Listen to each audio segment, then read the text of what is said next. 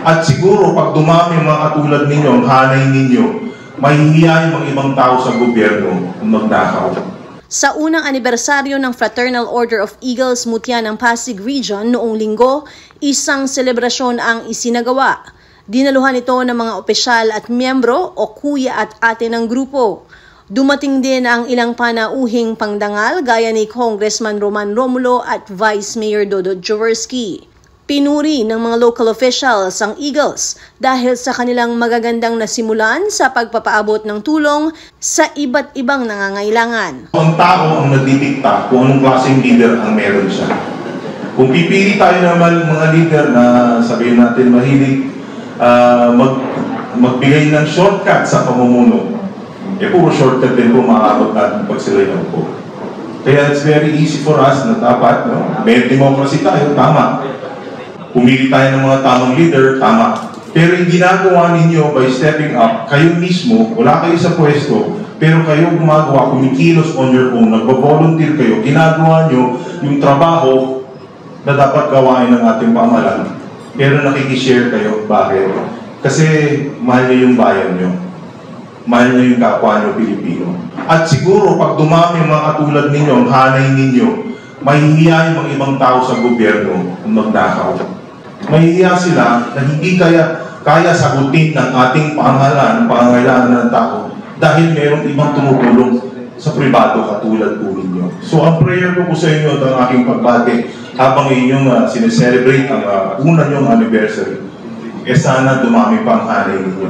Sana lumakas pa ang paniniwala nyo na kung nais natin mabago ang Pilipinas, tayo mismo ay maging solusyon. Imbes na mag-complain tayo sa problema ng ating bayan. You have the power. Lahat po tayo may kapangyarihan para maging parte ng pagbabago niyan.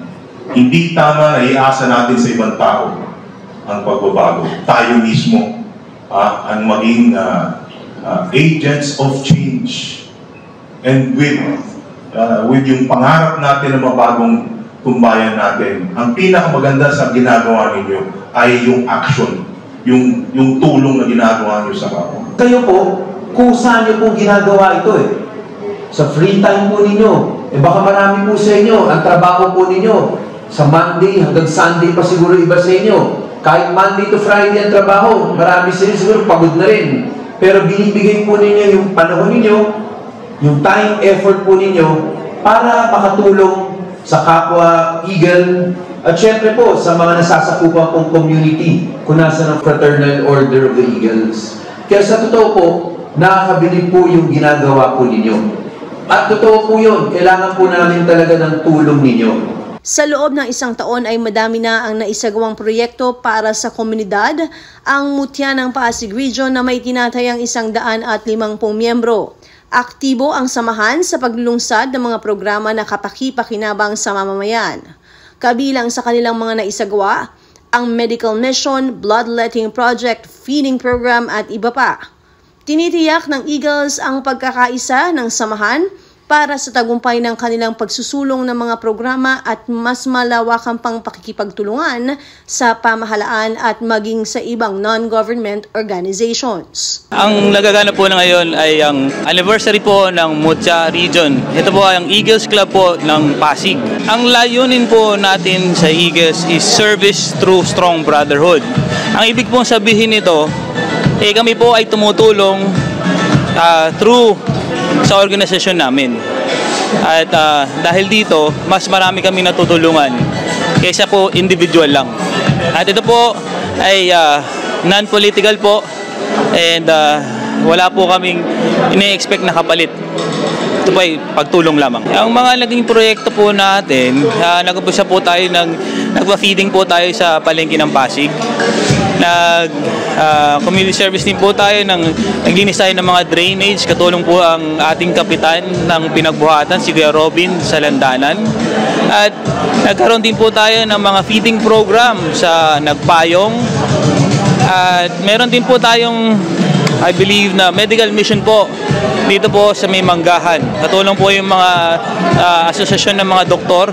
Tumulong din po tayo dyan. And sa near future naman po, next month, meron tayong bloodletting para sa mga members natin. Malamang po ito'y gaganapin sa Pinagbuhatan. So hopefully makakapanood nito, supportahan niyo po kami next month po, August. When it comes sa member po, dito po lang po sa Mutya, meron po tayong 7 clubs. Each club po has mga average of 22 to 25 members. And dalawa po dyan ay tiga Quezon City. Yung 5 po, puro dito po. Lalo na po, marami po tayong mga members na nagtatrabaho po sa Pasig Wet Market. Shoutout po sa inyong lahat. Ang pagiging Agila naman po, o ang pagiging Eagle, meron pong pagkukusa. Kung gusto niyo pong maging member, basta po kayo ay willing tumulong sa inyong kapwa, pwede po kayong lumapit sa kahit sino pong member ng Agila at mag-inquire po. At kayo naman po ay tutulungan nila at ituturo sa tamang daan. I-recommend po namin kayo sa mga clubs namin. Ang basic requirements po talaga ng pagiging Agila is just willingness to help. Yun lang naman po. Ang proyekto po ng Mutya Eagles Club po ay madalas po kino-coordinate namin sa mga barangay captain. Nilalagay din po namin yan sa Facebook namin. At kung sino po ang in charge sa isang lugar po, especially yung ibang organization katulad ng mga doctors, nakikipag-coordinate po kami sa kanila. Dental mission coming in. So hindi lang naman po kami, makikita niyo po yung mga tarpaulin namin na we're willing to do community service. Mensahe ko lang sa mga kapwa Eagle, please remain active. Always remember that yung Eagles po is not a way to make connections. Bagkus, ang Eagles po nandito para tumulong. Ngayon, ang pagtulong po natin, nagkakaroon naman po tayo ng facility o ang Agila ay naging facility para magkaroon ng connection. Tandaan nyo lang po, hindi po connection sa pagpasok sa Eagle. Ito po ay pagtulong at responsibilidad. Magandang hapon po sa ating lahat at sa tagapanood at tagapakinig ng iNews Pasig. Ako po ang inyong kapatid, Kapitan Robin Salandanan. Bumabati ng happy anniversary sa Mutya Eagles Club dahil first anniversary po ng Mutya Eagles at naniniwala ho ako na pag kami pagkakaisa, nagtutulungan, mapagtatagumpayan anumang proyekto, anumang adhikaing tumulong sa kapwa at maisa sa katuparan natin yan. Ang pangunahing layunin ng Eagles Club ay makatulong sa komunidad.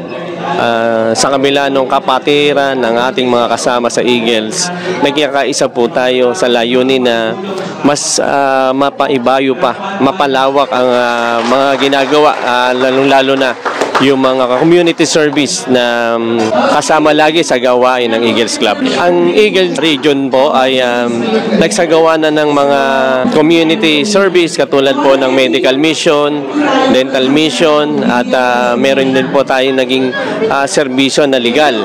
Sa buong Pasig po, karamihan, nandito po ang ating proyekto. At kung maaari, inipilit po natin bawat barangay sa Pasig ay maservisyohan po natin at mapuntahan at para po makapag-serbisyo tayo sa ating mga kababayan dito sa Pasig. Sa mga kasama po natin sa kapatiran sa Eagles Club, nananawagan kami na patuloy po tayong makiisa at tumulong sa ating mga kasama, sa ating mga club upang mas makatulong pa tayo sa ating komunidad. Sa Mutya ng Pasig region, nasa almost 150 na kami. So sa loob ng 7 clubs yan, nakapaloob dun sa Mutya ng Pasig region. NCR 12 po. Welcome po lahat ng mga gustong maging aspirants or maging member sa Mutya ng Pasig Eagles Club or Mutya ng Pasig Eagles region. Sabihan nyo lang po kami kahit sino naman po sa amin na mga miyembro. Kung kilala nila, sila Kuya Roy De Guzman, si Kuya Gilbert. Ayan, kung sino man po ang gusto or willing sumama sa amin sa adhikain po ng aming samahan, syempre tulungan po kami dito. So lahat po ng mga programa, proyekto namin para po sa kapakinabangan ng ating mga kababayan. Ngayon, mas marami na kasi kaming kasama, marami na kaming mga members. So mas madali kami magkakaroon ng mga outreach program. Katulad nung dati, ilan lang tayo, Kuya Gilbert, no? Nasa 30 plus lang kami pero nagawa na namin, na-establish na namin. Pero ngayon, mas marami kami, mas maraming mga proyektong darating po para makapagbigay din po kami ng konting tulong sa ating mga kababayan. Happy first anniversary po sa Mutya ng Pasig Eagles Region. Sa loob ng isang taon po, kami po ay nagkaroon na rin ng maraming mga proyekto na mga iba't ibang gawain dito sa Pasig. Katulad po ng medical mission, and then bloodletting, feeding program, and then nagdo-donate din po kami sa mga eskwelahan ng kung ano po yung pangangailangan nila. Meron po kaming nakaatang na mga proyekto dito sa Mutya ng Pasig Eagles Club Region. And then magkakaroon kami ng medical mission and then bloodletting sa barangay Pinagbuhatan. No? In partnership po pala ng Barangay Council ng Pinagbuhatan sa pangunguna ni Kuya Vice Gov. Robin Salandanan. Actually kasi ngayon bago kami mag-conduct na mga project is pinag-uusapan din ng mga opisyales and then ni Kuya Gov. Roy D. Guzman and then ng mga amin mga presidente. So sa ngayon hindi ko pa masasabi pero surprise na lang para po sa mga Pasigueño. Ang pagiging miyembro po kasi nito actually hindi madali, no? So dumadaan din kami sa maprosesong step paano makapasok dito. So may tinatawag kaming 5 eyes. So hindi ko pwedeng sabihin kasi sa ngayon yung 5 eyes kapag aspirant na lang po kayo. Ang natatangi lang naman po namin mensahe rito, no, sa aming mga kapwa kapatid na Eagles dito sa Pasig and then dito rin po sa NCR or sa buong Pilipinas ay huwag tayong magsasawang tumulong, no?